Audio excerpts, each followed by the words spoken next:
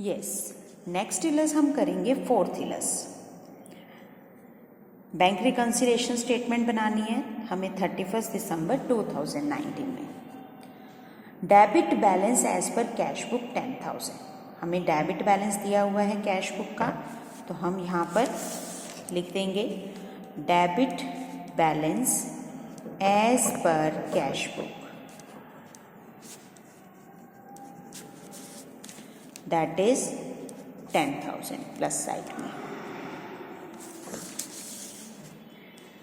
Second step, a check for ₹500 issued in favor of Karan. 500 का check हमने issue किया करण के नाम से। Has not been presented for payment. हमने जब करण को चेक इशू किया तो हमने कैश बुक में माइनस कर दिया। हम यहाँ पे बना लेते हैं, कैश बुक हमारी गलत है क्योंकि हम ऊपर कैश बुक लेके चल रहे हैं और हम एज्यूम करते हैं कैश बुक रॉन्ग है और पासबुक सही। हमने 500 का चेक इशू किया तो कैश बुक में से 500 माइनस कर दिए। पासबुक में कुछ भी नहीं हुआ, वहाँ पे ज़ीरो है, तो ठीक करने के लिए पासबुक सही है, इसको ज़ीरो बनाने के लिए हम 500 प्लस कर देंगे तो ये ज़ीरो बन जाएगी। तो यहाँ लिख देंगे plus check issued but not presented for payment।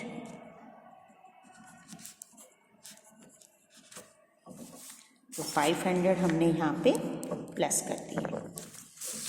Next, a bill for ₹700 retired by bank on our behalf under a rebate of ₹20। The full amount of the bill was credited in cash book। एक 700 का bill था जो bank ने हमारे behalf पे payment की।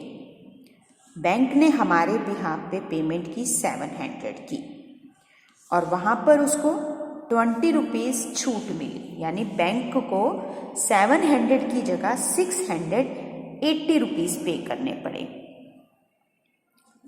ठीक है, A bill for ₹700 retired by bank on our behalf under a rebate of ₹20।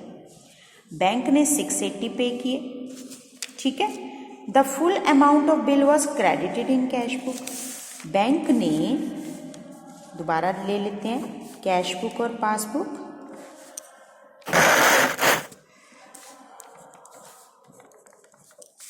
Cash book में हमने 700 माइनस किए, लेकिन बैंक ने क्योंकि 680 पे किए, 20 रुपीज़ उसको छूट मिली।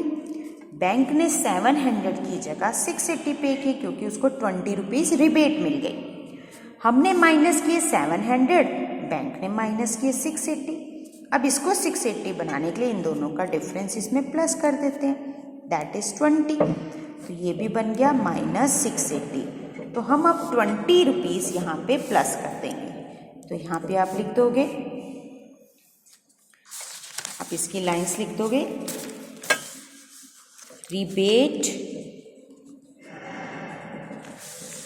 On payment of a bill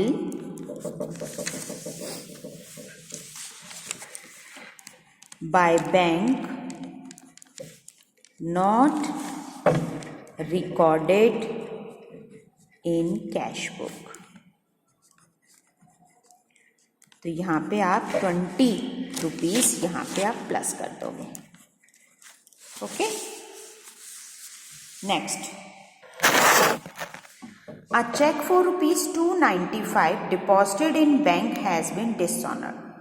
हमने एक चेक बैंक में जमा कराया। अब वो चेक बैंक में जब हम जमा कराते हैं तो हमने कैश बुक में प्लस कर दिया था। हमने कैश बुक में प्लस कर दिया 295। अब बैंक में वो चेक पहले तो जमा था, लेकिन अब वो चेक माइनस हो गया।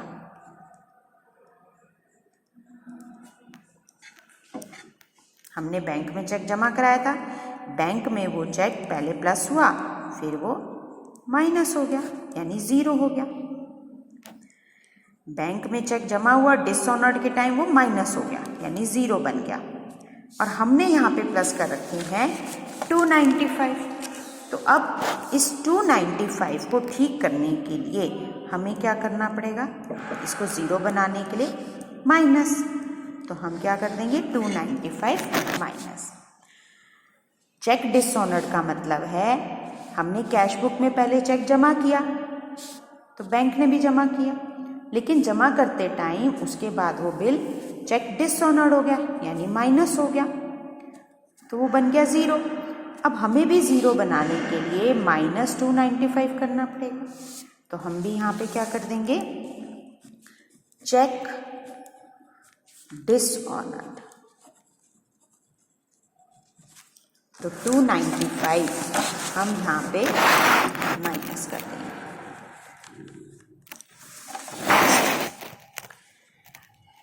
A sum of rupees 800 deposited in bank has been credited as rupees 80 in passbook. हमने अपनी कैश बुक में 800 प्लस किए, जबकि गलती से बैंक ने 80 रुपीज़ प्लस किए, यानी बैंक ने कम प्लस किए, कितने, दोनों का डिफरेंस 720, बैंक ने 720 कम प्लस किए।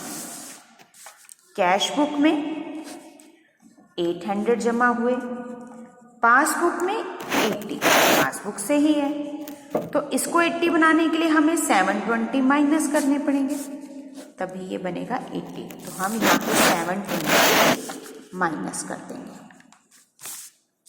तो यहाँ पे लिख दोगे minus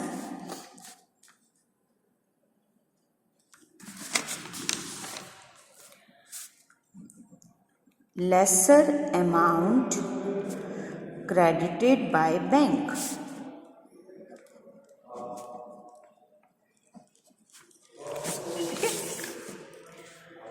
payment side of cash book has been undercast.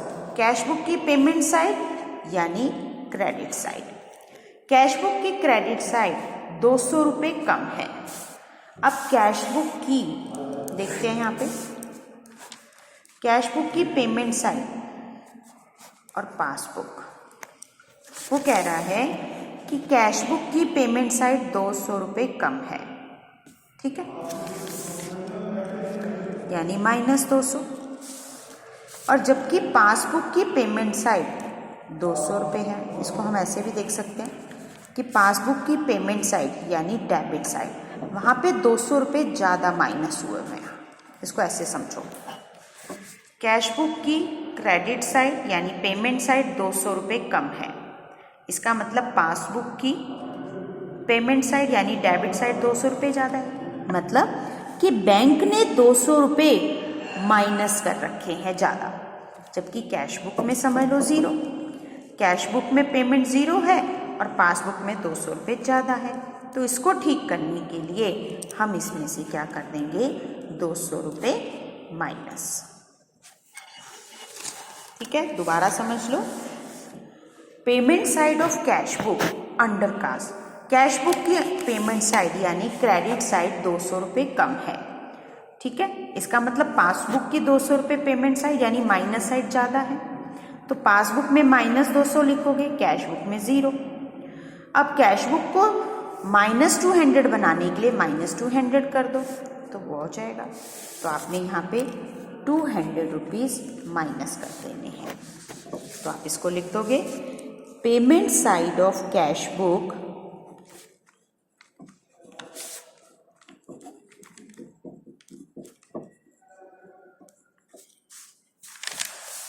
Undercast.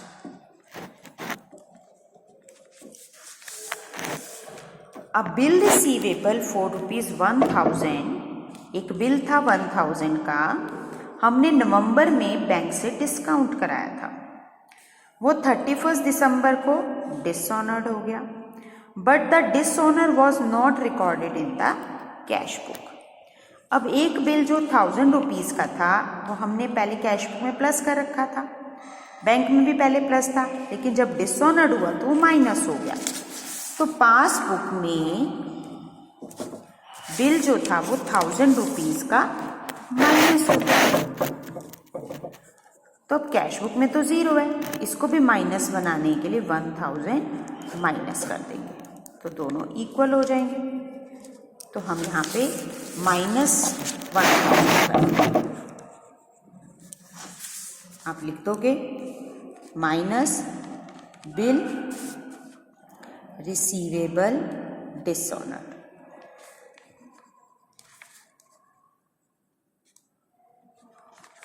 दोनों साइड का टोटल आ जाएगा आपका प्लस का 10,250 और माइनस साइड का 2,250। क्योंकि प्लस साइड ज़्यादा है, दोनों का जो डिफरेंस आएगा वो भी हमें इधर ही लिखना है। दोनों का डिफरेंस है 8,305, प्लस साइड ज़्यादा है तो हम लिख देंगे credit balance as per passbook. यहाँ पे डबल लाइन डाल लेना बस, क्योंकि प्लस साइड आ रही है, ऊपर कैश बुक थी तो नीचे पासबुक लिखोगे। पासबुक में प्लस क्रेडिट होता है तो credit balance as per passbook. 4th illus हो गई।